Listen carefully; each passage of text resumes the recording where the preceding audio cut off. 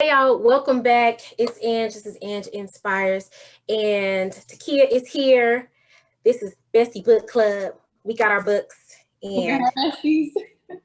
exactly. Thank you. You had me. Um, so we're back for Motherhood panel part two. The first one was so good, we could not leave it at that. So we had to bring the ladies back and we had to continue the conversation. We have some new faces and some returning faces, and we're just excited to get into this conversation. So if you didn't know, we're reading Becoming Myself by Stacey Eldridge. And today we're just using the book as a guide with the questions to guide the conversation, but the content is coming from chapter 4 and chapter 5, which revolves around motherhood.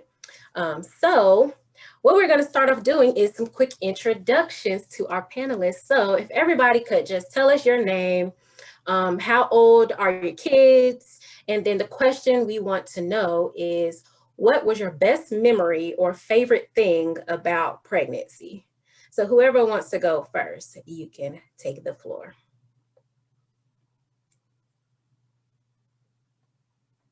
My name is Guys. Catherine Potts.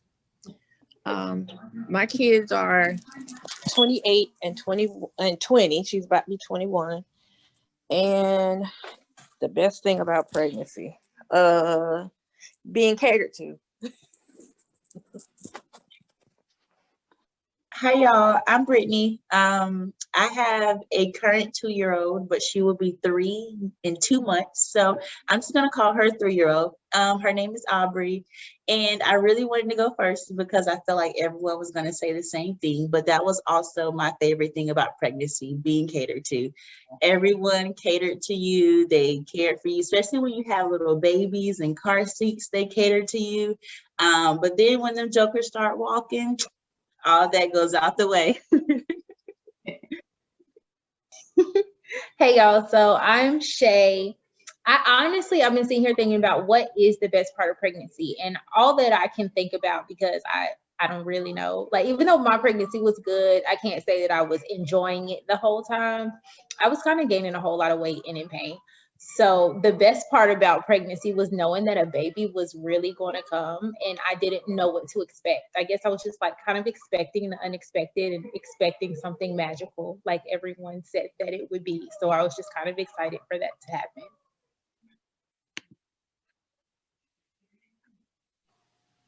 Hey everybody, I'm Sierra. I have a 1 month old as of today. And my favorite part of our pregnancy, I think, was like feeling her move like inside of me, like knowing like there's somebody in here like moving, growing and learning and like what to do when she's born. So I think that was my favorite part. Hi, my name's Jackie. I'm Angela's mom. I have a 32-year-old and a 27-year-old. And I think my favorite part of the pregnancy was like Sierra, just feeling the babies move inside me, watching them kick and watching the stomach move and all. So I think that was pretty cool. Hey, I'm Melanie. I have 2 girls. My oldest one is 7, and this little one is 3 months old. She's 3 months and 1 week old. My favorite part of there's so many beautiful parts of pregnancy, but I think I have to agree with every one of you guys. I loved feeling the babies move. I loved feeling catered to. I think my ultimate favorite part was actually having her. It was hard, especially this pregnancy, because my husband had to miss out on a lot of our appointments because of the pandemic, and so I had to go to a lot of appointments on my own, but he could be there for the birth, and that was just such a beautiful experience with just me and him. And then of course when she joined us. So Wait, okay, so the question, what was the question? What's the favorite part of pregnancy? Yeah, and how old is Harper?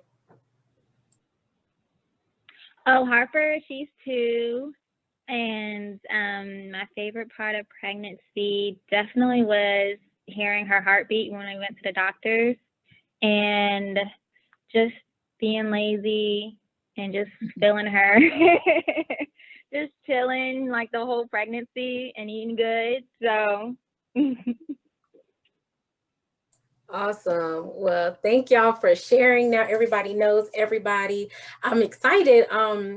I remembered Melanie, last time we had a conversation, Sierra actually also was pregnant and had to go through delivery and birthing during COVID as well. So I'm glad you both are on here. So maybe you guys can connect at some time because you have that common, you know, experience together. So hearing Melanie introduce herself, I was like, oh, look at that. That's so good.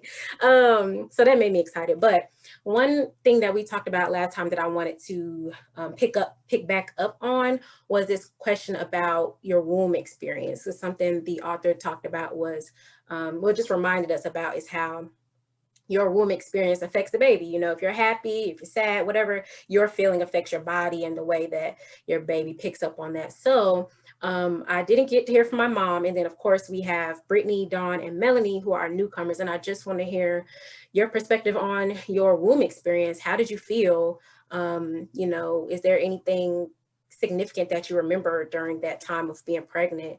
And what kind of, you know, formed and shaped that womb experience? So any one of you can go when you're ready.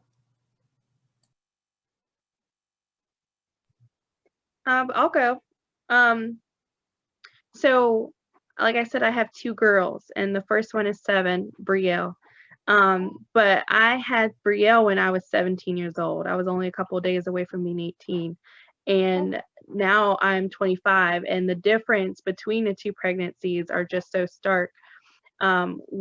Obviously, having a baby at 17 years old is stressful enough. Having a baby alone is stressful enough, but I was pregnant at 17 and I was pregnant for the first time. And so it was just a lot of things happening, a lot of emotions. I didn't have a lot of money. I didn't have a stable place to live. I was between my family's house and my now husband's family's house. I was still in high school. I felt I was hungry constantly. I could never get enough food. And on top of that, since I didn't have a lot of money and I didn't have consistent support, there are days where I was just super hungry. I just went hungry. I was very stressed out, and I compare it to this past pregnancy with Mia. I remember being pregnant and finding out I was pregnant in the middle of the pandemic. Actually, we had just found out right on the cusp of the start of the pandemic. And it kind of caught us off guard. And I was for sure, I knew that I was going to be so stressed out. And it was just so different. I was so shocked to not be stressed out. I had a really good pregnancy this go around. And even like I can tell in the temperaments of my two girls, they're so different. Brielle is bouncing off the walls. She's very, critical of herself. She's got to be constantly moving. She's just like a little, energizer bunny. And she's the one that, you know, she's the one that is I feel like the most challenging. When she was a baby, she cried a lot. She didn't want to go to sleep. It was just really, really difficult. Breastfeeding was so hard with her. And with Mia, it's just so different. And I just have to believe that it was because of the womb experience. I have to. And now I know that each child has their own personality, but I think the environment that the babies grow in definitely plays a role, because Mia is so much more relaxed. She doesn't have a whole lot to say, and she's pretty content. Like, she's a pretty good baby, I must say. My experience between the two pregnancies are night and day. So I think that's really key that you said the womb experience. I never really put much emphasis or thought into the womb experience, but I think you're 100% right.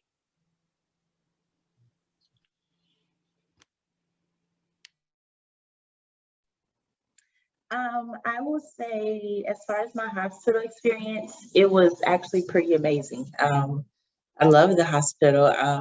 I loved it from beginning to end. As soon as I walked in, it was amazing. so you get switched to a different unit once you have the baby, and I didn't know that. So I was actually kind of sad that I left my like nurses that were helping me deliver the baby and get ready for the baby. So I was like, you're not gonna be my nurse anymore. So it was just nice.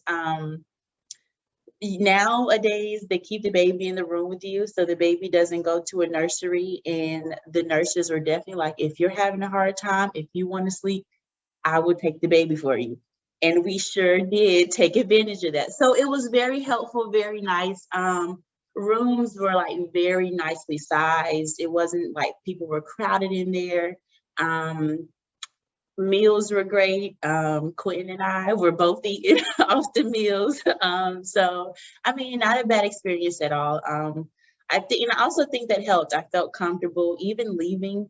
You know, people tell you like secretly go and grab the stuff. You know, we were asking nurses like, "Hey, can we get some more of this, and this? Because we need to pack this bag."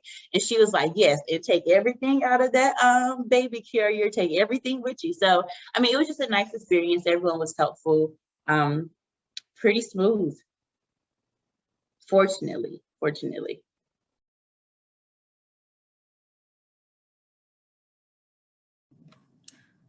For me, the womb experience for my first pregnancy, when I was pregnant with my son, I pretty much worked the whole time up until the day he was born, because he was born 6 weeks early. So, you know, I guess it was kind of stressful because it was my first one and I was working, and, you know, everything else. I had to still come home and cook for my husband and the works and everything. So my pregnancy with him was kind of stressful. But with Angela, now I was very relaxed. I was on bed rest for 6 months with her.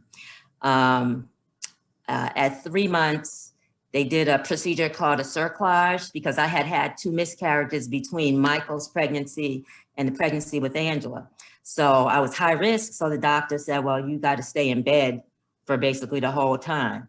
So, you know, I was just chilling, basically, having my husband, you know, cook and clean and take care of my son and all that. So I think that has a lot to do with the way Angela came out, because, you know, I was just chill the whole way. And like you said, Brittany, about the hospital experience, when I had my son, it was very sterile because it was so rush, because he was premature. He was 6 weeks early. With Angela, we went in and we were in a birthing suite, and that was really nice. That was really nice. We had the TV on, and I kid with Angela all the time because I remember what the TV show that was on. James Brown was the guest. He was singing every year for her birthday. I remind her of the song that came on when she was born. So that whole procedure, I love it. But I was glad about that one also, because I knew she was going to be my last one. So I kind of just made the best of everything. And I just think it was a very pleasant experience. I want to jump in and add that I agree. The TV was on and all of that. I went to the hospital on a Monday. So that Monday night I was watching Love and Hip Hop of Atlanta. And I remember. So yes, definitely. I remember all of it.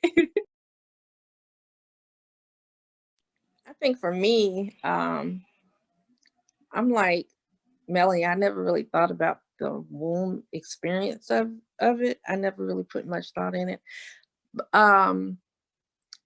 When I was pregnant with my son, I was in school. I was in college, and I never really stopped going. Because, you know, so many people had told me that I wasn't going to make it. So I was determined to continue going to school, and until I got put on bed rest, because I was high risk pregnancy as well. And with my daughter, I was working, and it was a very stressful environment. So it's, I never really thought about, you know, how people say you're the product of your environment. I guess, you know, the womb experience would be kind of similar to that, you know, giving birth under a stressful situation as opposed to a relaxed situation. So I never really thought about that. I think that's pretty, I mean, that's kind of deep. So yeah.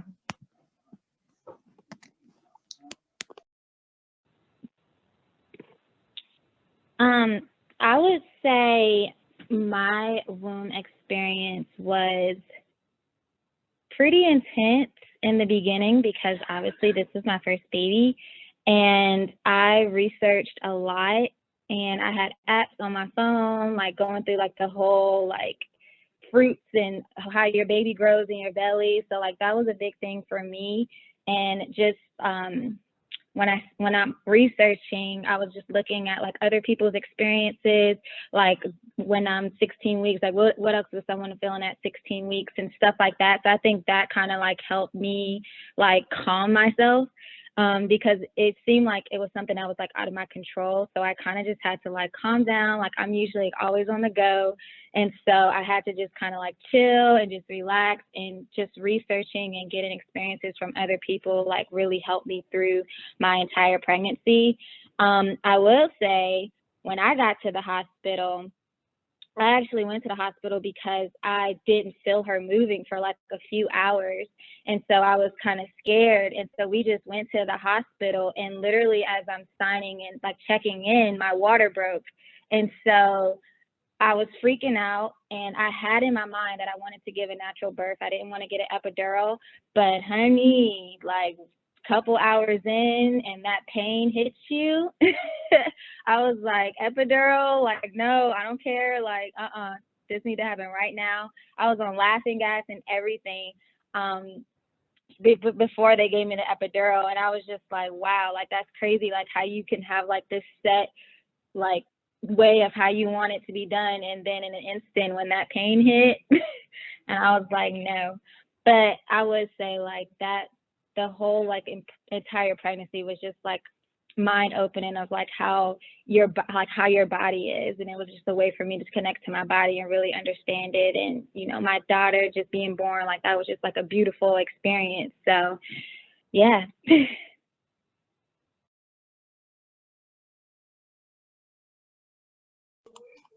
Hey y'all, I'll go next. We kind of talked a little bit last time, so I'll just like breeze over the actual birthing experience. But my womb experience, I told y'all that I already have anxiety, so my womb experience was just me stressing myself out, and that's what everybody told me from the beginning. Like, just calm down, everything's gonna be okay. But I didn't quite believe that. Like, you can say everything's gonna be okay, but you don't really know that. So I'm trying to plan out every detail, and I felt like I was surrounded by really too relaxed people, like just way too relaxed. Like, y'all got to plan something out. It's gonna be all right. But even from the point that I took the pregnancy test, like my boyfriend was just like, and it's gonna be okay. And I'm just looking at him like, it says positive. Like, you sure that that's just your reaction? Everything's gonna be okay, and that's the end of it. But that's been him the whole time, and I mean, it's been fine. So I stressed myself out. I guess that's why my kid looks like me. He looks just like me, and he acts like me too, to the point where when he's not around, he has those same like characteristics of me. So I think that the womb experience is really like, you really do become a product of your environment, because he's so similar to me. As long as he's around somebody that he knows, he's okay. He doesn't like people that he doesn't know. He has his things that he's interested in, and he's a very, very mild, like quiet, observant child. He doesn't do too much fuss. And I think that just comes from having a mom who's always anxious and nervous. I don't do people I don't know, because that's just me. I'm a very private person, and so is he. He doesn't like strangers. He doesn't like commotion. If something like, even if it's like a water park or something like that, or his cousins or his friends, he's just very like me. And I felt bad. Like, I had a moment, I guess, last year when I really, really felt bad, because I was like, the one thing you were supposed to do before you had a kid was fix your issues so that your kid don't have your issues. And I was like, I kind of see signs in him that's kind of like extra nervous. So I see like the womb experience, or like setting yourself up for your kids. Like, you're supposed to make sure that they don't have those same experiences as you. So just making sure that he knows he's extra comfortable. And I think that my birthing experience definitely played a part into that, because it was super traumatic. And I don't tell a lot of people my birthing story, but just me simply being here is super important, because who knows what was going to happen at the end of the day, but everybody came out okay, and Imari came out okay. But I think that that birthing experience kind of solidified some of that anxiety in me, because even as much as you can plan for and as much as you think you can plan for, you don't really know what's going to happen, and everything, your plans can kind of go awry. And God just kind of showed me like that, like that control that you're trying to have, you just need to take it away. Everybody's telling you it's going to be okay, and it will be, because the first 3 weeks I couldn't watch Mari. It had to be Ed, who, Lord Jesus, but he did fine. You know, he had to watch him on his own, and everything was okay. My baby was okay, and he had a lot of support from like my mom and Ed's mom. So that was my lesson. Like, I tried to be very over controlling of the entire environment, and as soon as he was born, I couldn't care for him at all, because I was in and out of the hospital for 3, almost 4 weeks. So yep, I say when it comes to the womb experience, just make sure you're relaxed. And even in your birthing experience, if it's traumatic, just make sure that you don't stress yourself out to the point that your heart rate is doing crazy things and your child's heart rate is doing crazy things, because that's how you can lose both of you at the moment. So It seems like God was telling you like you needed to sit down, at that moment, because, you were just so on the go, your emotions and things. But we are going to segue into our next. So in the previous video, we talked on the 3 topics that she talked about in the book of being a nurturer, a protector, and a provider. But a preparer. Did I get them? I think I got them all. But in chapter 6, she talked more about being an initiator. And I'm going to ask maybe like a 2-part question so we can kind of get the ball rolling. It's just, were you fully initiated into womanhood? So this is pretty much about, so give us, if you were fully initiated into womanhood yourself, and then like what ways have you have or will you initiate that into your own children? I know some of you do have sons. I think, Shay, I think you're the only one with the, well, and Mama Jackie, but you could still apply just ways that you would introduce, I guess, woman or manhood into your children.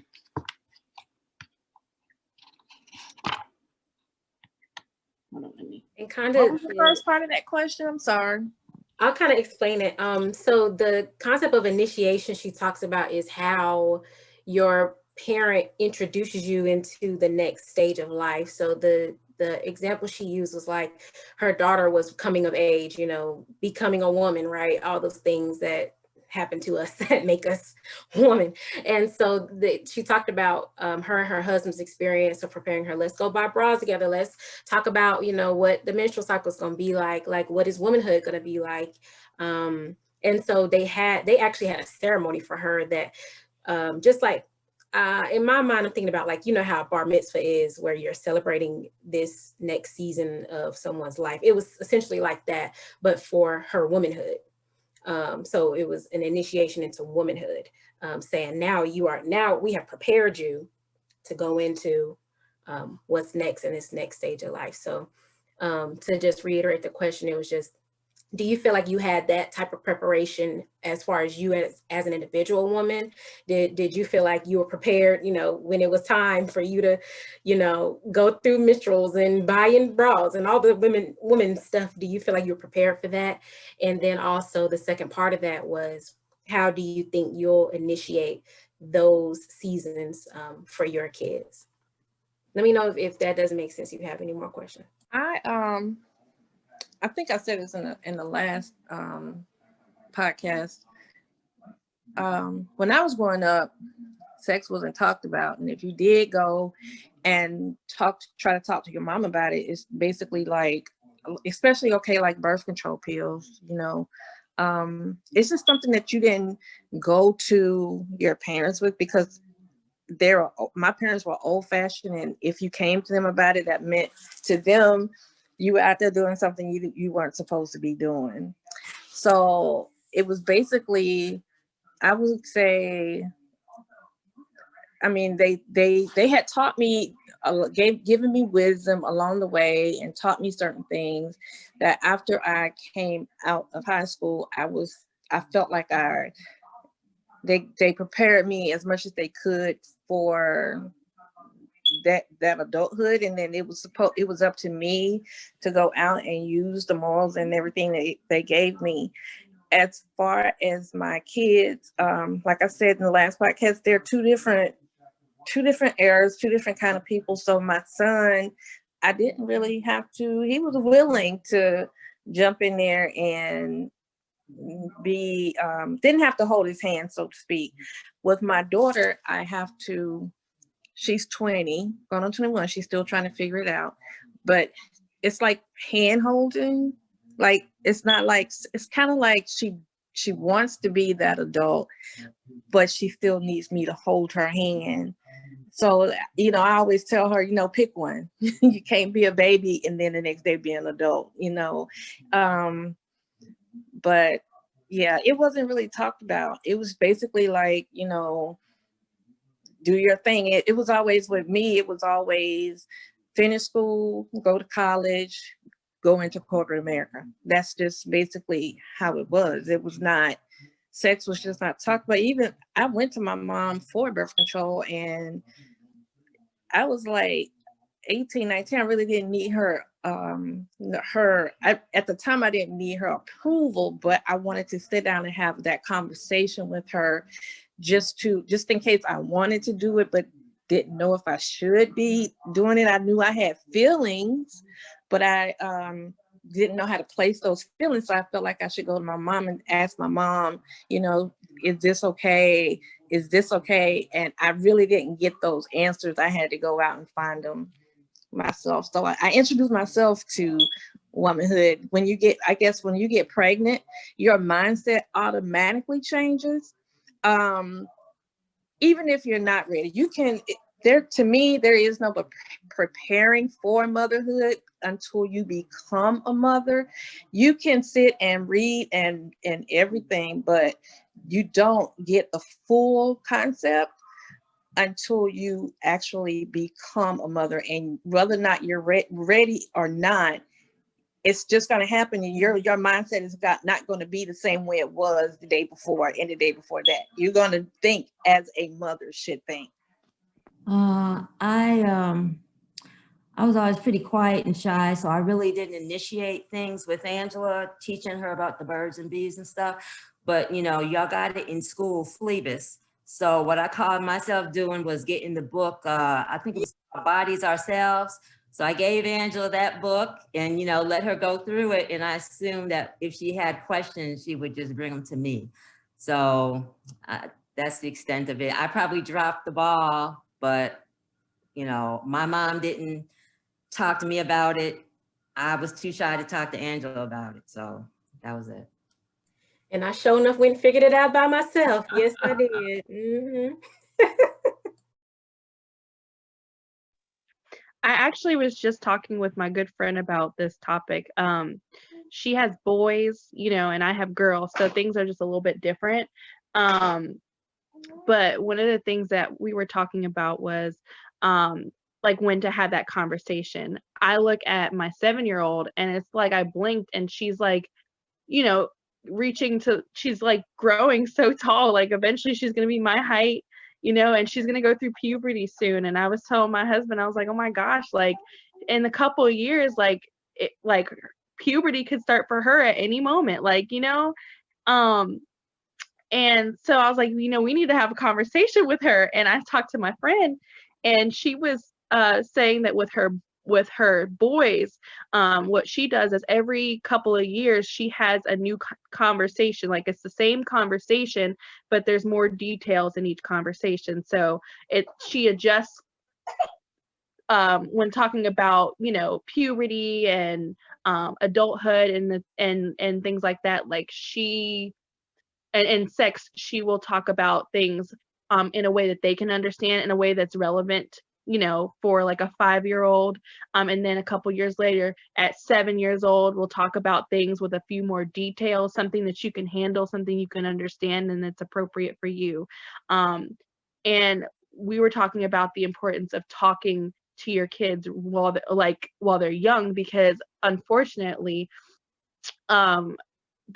we live in like this hypersexualized world, And they are finding out sooner and sooner, you know what I mean? So it's like we gotta shake off our fear about it, and really come to understand like what we want to convey to our kids and start telling them early. Because if we don't define certain things for them, we don't teach them certain things, the world will, and God forbid that happen.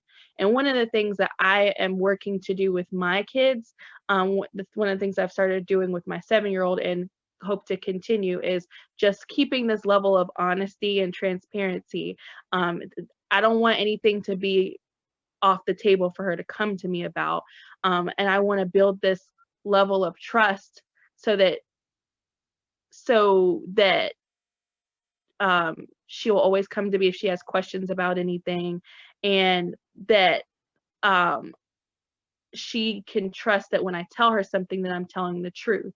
I don't want her to go out into the world and that somebody tells her something that I didn't tell her, and then she feels kind of betrayed, and then we lose that trust. So talking to your kids early, I believe that that's an important thing to do when it comes to talking to your girls before they enter womanhood, especially the girls. Yeah, that's good. I love the honesty and transparency makes such a big difference. And that's something I'm learning that as an adult with no kids. And so it's like in thinking about how the relationship my mom and I have now is honest and transparent, but thinking about like, what if it was honest and transparent before I, decided to go and, learn myself what womanhood and what, life would be like. So that's really good that you're starting that early, because I think it does make a really big difference. And it's not going to save you from everything, but it's definitely is going to at least, open that door for at least you to be involved in a conversation when something happens and it's not, a secret forever. So I want to go into this question. I think this is a really good segue. This question is, are there any ideas that you had about motherhood prior to your own journey that changed after you became a mother? So the things you thought, that existed in motherhood that once you became a mother, it was like, this is different. And if so, I just want to hear your perspectives on those things. Hey, so I'll start because I do have a boy. And when I was pregnant, most people wanted a girl, but I wanted a boy. And everybody was like, oh, well, it's easier to have a boy. Boys are easier. And that's not true.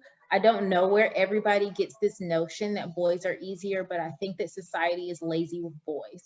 And because they're so lazy with boys, girls are hurt from them and by them. And we allow this to happen like it's normal. We put all of this responsibility on mothers, teach your daughters about sex. Well, what about the boys? What are you teaching them? That it's okay? Just don't get her pregnant. But what if they do? Like, what if all of these other things happen? Like, there's so much more that goes into parenting boys. And I feel like a lot of people will look at me and say, like I'm like soft with my son, or you want this one? Or that I'm like not being as stern as I'm supposed to be with him. But I also feel like that's another piece that needs to be changed when it's come to raising boys. It's like teaching them sorry if you hear paper in the background. Emotional intelligence, just so that they can understand that understanding emotions and expressing emotions is a normal human thing, not just a girl thing. And some of these differences that we have, like girls mature faster than boys, they don't. You just don't teach your boys anything. You're just lazy with your boys. Like, you allow them to be dangerous. You allow them to be the man of the house when they're kids. They're not. Like, they are boys. They're little boys and they're little girls. And stop making boys grow up and be men, and stop turning little girls into sexual beings when they're 8 years old because they have hips. That's not one of those things that I'm like super into. And so I think that it's just been different, because a lot of the things that people told me my opinion would change on when I became a mom, or you just don't understand because you're not a mom, that hasn't changed. So what I realized is motherhood actually isn't that much different. It's just that people aren't putting the effort into making parenting different so that their kids come out different. We're just kind of doing things the same as we always have, but we know society's not the way we want it to be. But the uncomfortable conversations and the changing the patterns and the habits that go into how you raise your kid. How do you talk to your kid? What are you teaching your kid?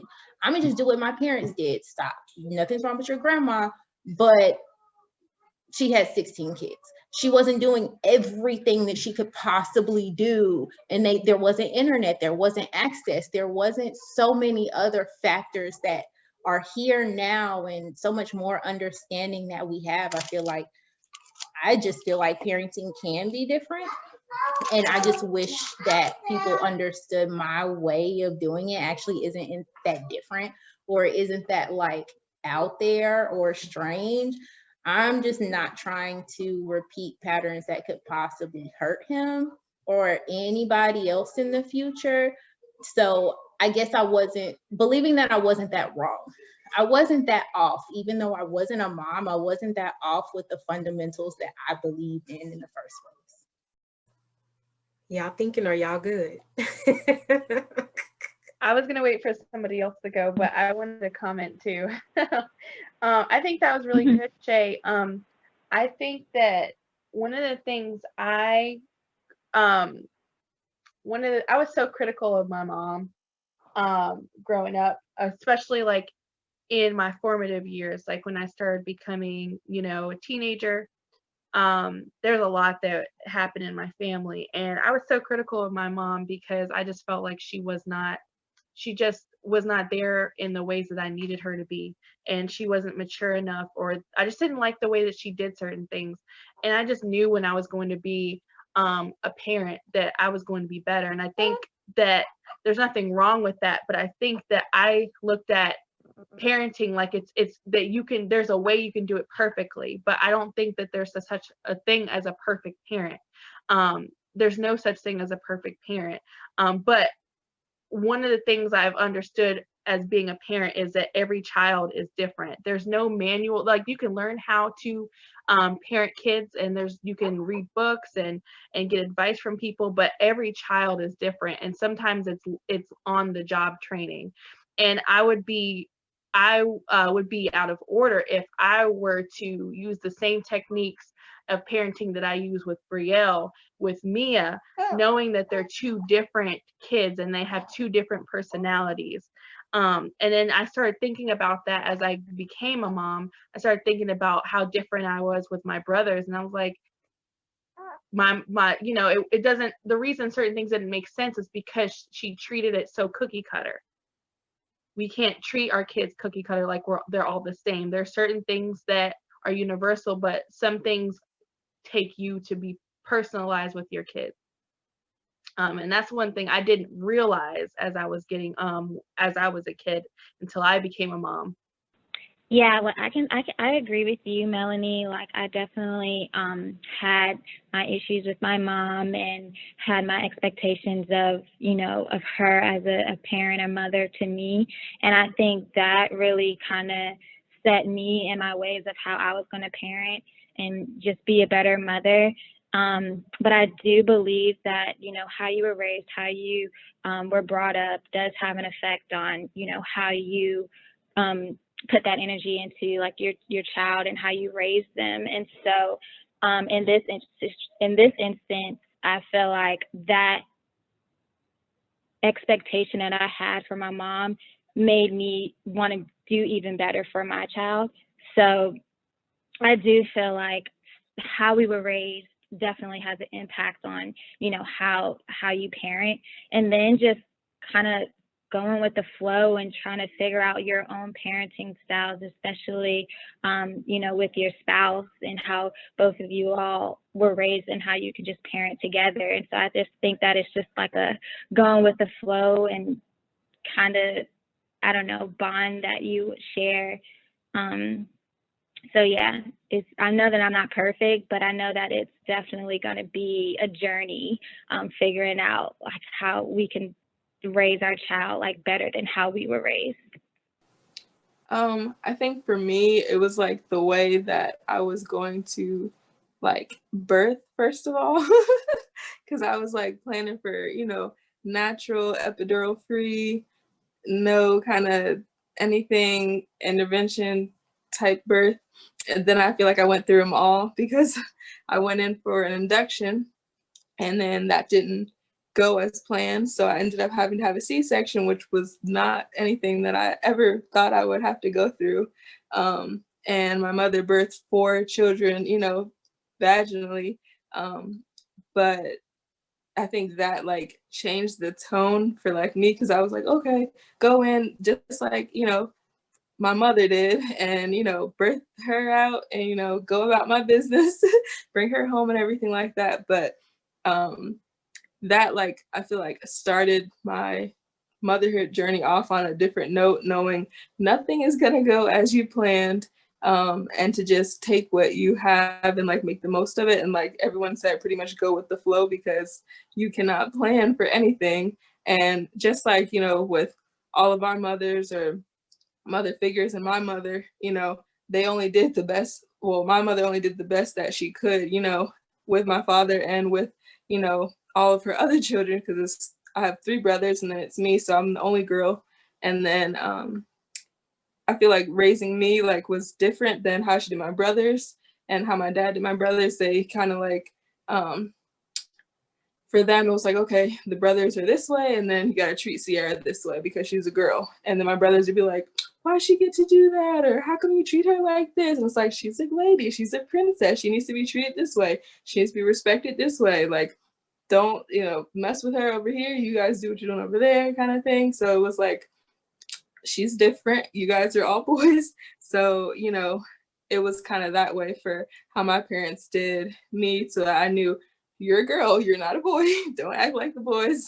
Do girl stuff, let the boys do, their boy stuff kind of thing. And then like teaching me, okay, respect yourself, respect other people, you represent more than just yourself when you are out and about or even when you're at home. So for me, it was like you represent more than yourself. You represent our family and things like that. So it's like,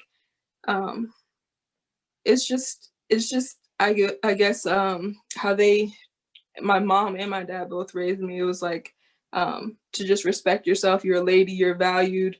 And things like that. And that's what I plan to do with my little one too. To do the same thing, and even develop that more from there. That's good. I love that you brought up the plan switch because it reminded me of what Shay said as far as God saying, hey, I know you had control over these things, or you thought you did, but let me just remind you, who's in control here. So I love that, that he gonna let you know who's really in control in all those things, even in the plans you have for how you're gonna parent. You might throw a wrench in there and be like, oh, well, I'm gonna throw this in here, and you might think she's this way, but actually there's something in her you didn't know about yet, but I knew about it. So the good thing is that he continues to prepare you for those, he equips you with, exactly what you need for them to be able to get them through it. So that's really good. So as we kind of wrap up, this hour went by so fast. I really want to keep on going, but I really do want to also honor your time. But literally, I wish I could stay on for like another hour and pick your brains. But want to end with this final question. It's kind of like a word or phrase situation. But this ending question, I want everybody to have an opportunity to answer it. But this question is, how do you want your kids to describe you? And if you could think of a word or a phrase or even a thought, whatever that is that represents, what you want your kids or how you want your kids to be able to describe you in any season, not necessarily at their age now, but looking back at their kids say, this was my mama. Like, how do you want them to say, this was my mama? I was just saying, I want her to be like, that's my number one fan and number one supporter. I just want her to know that, I'm always there for her. Me and her father are always there for her. So throughout everything, throughout whatever. Thinking about this question, there were a few things I thought of. I immediately thought of my mom and I said, okay, how do I think of my mom and how do I want those traits to carry on? So I definitely think of, I want Aubrey to think of me as a person that was always there for her, no matter what it was, financial, emotional, mental. My mom was always there for me.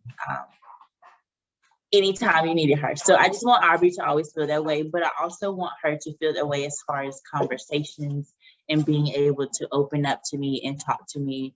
And just know that I'm her, like Sierra has says, I'm her number one fan, I'm her number one supporter. If anyone can give her advice or been through things that she needs help with, it'll be me. If she needs money for anything, come to me. She needs advice, come to me. So like, I want to be number one support, number one person she can call on. So that's how my mom was, and that's how I want Aubrey to see me as well. Yeah, that's definitely Miss Camille for sure. I guess for me, I would want my kids to remember me as or think of me as a strong person, because I've gone through a lot, and I try to protect them a lot. So I'm a very overprotective parent. It's hard for me to take my hand out the pot, but I want them to say, okay, well, this is my mama overcame this, my mama overcame that, and I can too. If my mom could do it, I can do it too. I do want them to take that and to know that, you know, I'm like someone just said, I'm their biggest cheerleader. No matter what decision they make in life, I'm still there to offer guidance. But at the end of the day, realizing they're grown, and at the end of the day, the ultimate decision is theirs, but I'm here for them. So by any means necessary, to make sure that they're happy and they're strong too. So that's it. I want my kids to, when they grow up, I want them to know and feel loved by me. And I also want them to feel like they were parented intentionally. I want them to feel as if they are prepared for the world. Yeah, I agree with all of you all. I definitely want my daughter to think of me as someone that supported her, that loved her, cared for her, and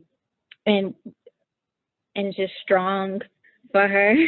And so I want her to grow up with an open mind and be able to, you know, make decisions on her own, but always feel like she can come to me just for anything. So yeah. For me, I just really want my son to know that I am like a constant in his life. Like I will always be there, and there's never like a question or found like any sort of, he will just never have to wonder. And I think that's what I've been telling him, or like feeding him, is like, it's okay. Like your mom's here, even if she's not here. So even when he grows up and he gets in some situations, he can be like, oh yeah, my mom warned me about this. My mom told me about this. Or, oh, I remember this one time me and my mom did something. Like, just not that I want him to be like a mama's boy or super dependent on me, but I do want him to know that there was a constant, there was a foundation underneath him, and it was just to build him up the entire time, just to make sure he's successful.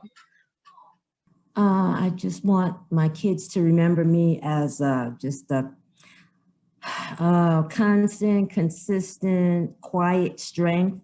You know, I don't really say a lot, but, you know, I can give them one look and they know what I mean, basically. So they know I love them and I trust them. And I hope that I gave them the building blocks that they needed to have successful lives, and just always put God first in their lives.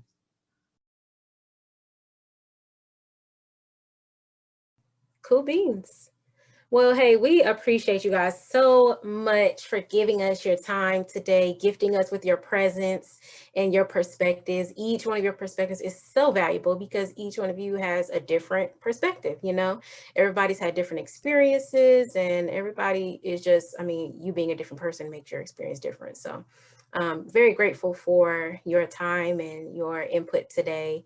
Very insightful. And Melanie, you said intentional. That word stuck out to me.